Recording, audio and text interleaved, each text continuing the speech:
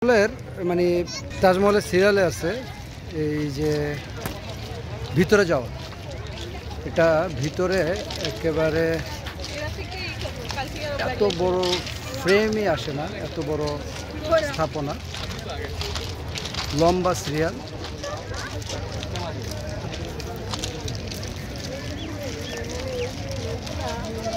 অনেক লম্বা সিরিয়াল। আজকে দুর্গাপূজার দশমী উপলক্ষে সবাই মূলত এখানে আসছে দূর দূরান্ত থেকে, বিভিন্ন রাজ্য থেকে, এই কর্ণাটক, তামিলনাড়ু, ঝাড়খণ্ড, তারপরে ব্যাঙ্গালোর, তারপরে বিহার, আসাম, ত্রিপুরা, বিভিন্ন জায়গা থেকে আসছে। তাদের সাথে অনেকের সাথে আমি কথা বলেছি।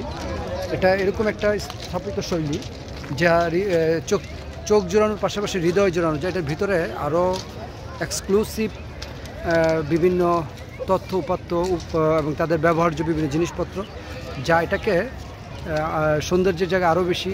এটা আমরা যদি ফ্রন্ট ইয়াটা দেখাই,